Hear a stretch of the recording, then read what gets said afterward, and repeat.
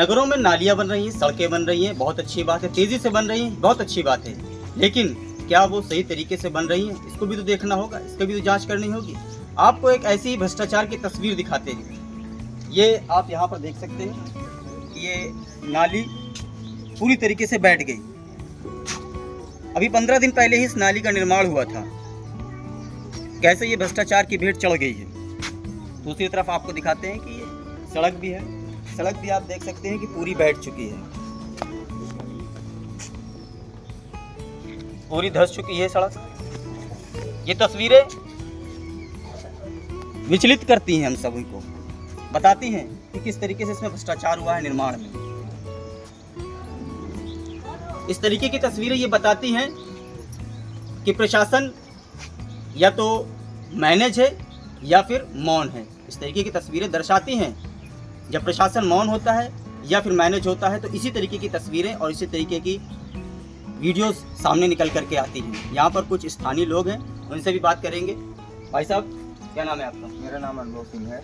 मैं ward number 7 का रहने वाला हूँ, सरस्वती नगर का जी। और अभी 15 दिन पहले निर्माण हुआ है इंटरलॉकिंग और नाली का। नाली तो बैठ गई है, रोड भी बैठ गया है। 40 मिनट बारिश की वजह से बस एक बार बारिश हुई है, सड़क बैठ गई। जी, सड़क बैठ गई है, पूरी नाली बैठ गई है। और जो कि नाली पे कवर्ड नाली होनी चाहिए थी, खुली नाली है। जब नाली बन रही थी, सड़क बन रही, तो आप लोगों ने मना किया था? जी, मना किया था।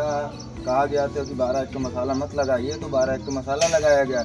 हमने चेयरमैन को सूचना दी, सभासद को सूचना दी अपने यहाँ के, तो चेयरमैन ने हमें गलत ठहराया कि आपने गलत कह रहे हैं कि वो 12 का मसाला नहीं लगा रहे हैं, वो 4 का मसाला लगा रहे हैं। हम कहा आप खड़े होकर देखिए, हम लोग तो खड़े होकर देख रहे हैं, तो लेकिन कोई सुनने वाला नहीं है। तो हमने कल 1076 पर भी फ़ोन किया है, योगी हेल्पलाइन नंबर पे, तो शायद आज हमको कुछ निर्णय मिलेगा। तो पूरा भ्रष्टाचार हुआ इस निर्माण में? जी बिल्कुल, निर्माण भ्रष्टाचार। तो जैसा कि स्थानीय ने बताया कि जब ये सड़क और नाली निर्माण हो रही थी, तो उन्होंने इसका विरोध किया था, मना भी किया था कि गलत तरीके से इसका निर्माण हो रहा है। लेकिन आम आदमी की सुनता कौन है?